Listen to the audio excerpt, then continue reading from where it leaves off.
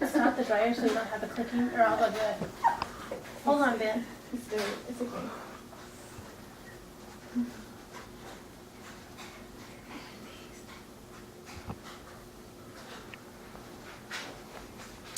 On September 3rd, 2013, the U.S. Department of Education's National Center for Education Statistics released an eagerly awaited report on the number of homeschool students in the U.S.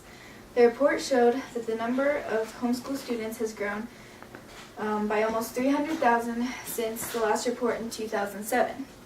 The new report concludes that approximately 1,770,000 students are homeschooled in the United States today. That's 3.4% of the school-age population. I'm going to provide information that will show you that homeschooling is just as good as public school and also has some benefits that public school can't provide. Some of you may have no problem with homeschooling. Maybe you've met a homeschooler and know that they're pretty average people. But some of you may have some issues with homeschooling, maybe because of some myths that you've heard about homeschooling. I'm here to talk to you guys specifically and help ease your mind about homeschooling and the myths that you've heard. I've been homeschooled my whole life, so I'm pretty knowledgeable about the subject, and I've also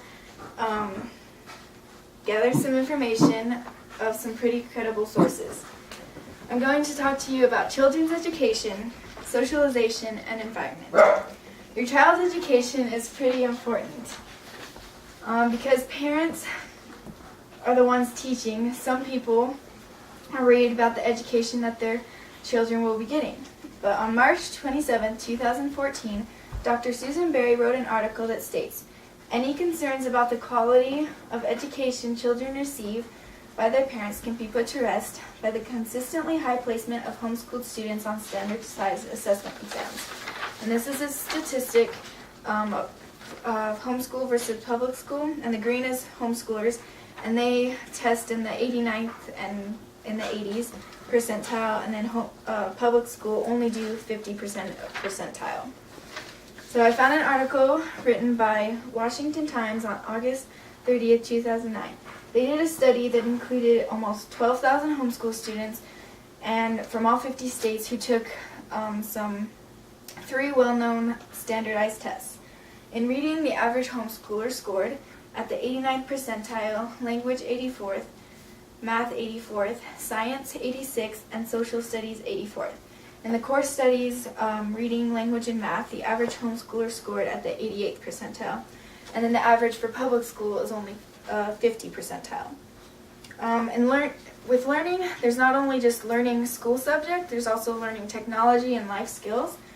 And on a blog written by Tony Jones, he argues and says, or he's trying to persuade people not to be homeschooled, and he argues and says, "Things change too fast now for that kind of result-oriented education.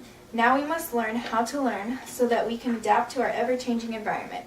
And he goes and gives an example of teaching parents or grandparents how to use a computer or TV and stuff, and says kids that are homeschooled aren't able to learn that kind of stuff to be able to teach it. But I disagree with that because it's been my experience and observation that kids in this generation, whether homeschooled or in public school, either just know how to do it or can quickly figure out how to do it. It's just how this generation was wired.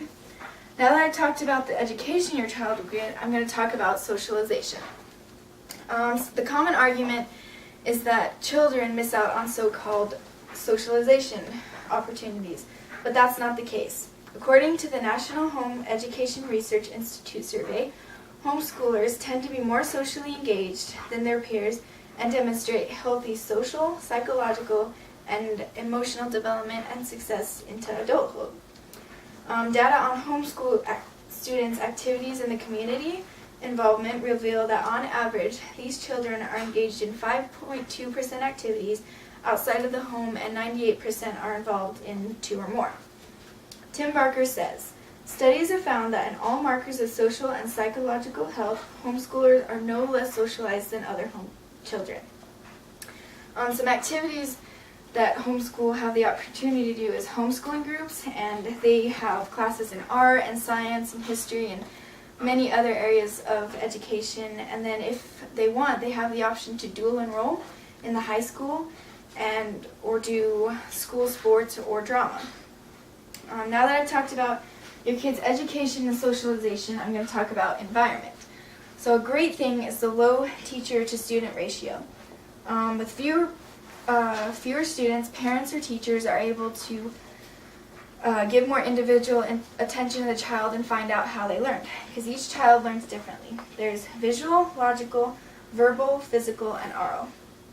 Parents, in working with the child one-on-one, can find out how their child learns to be able to teach so that their child can learn better.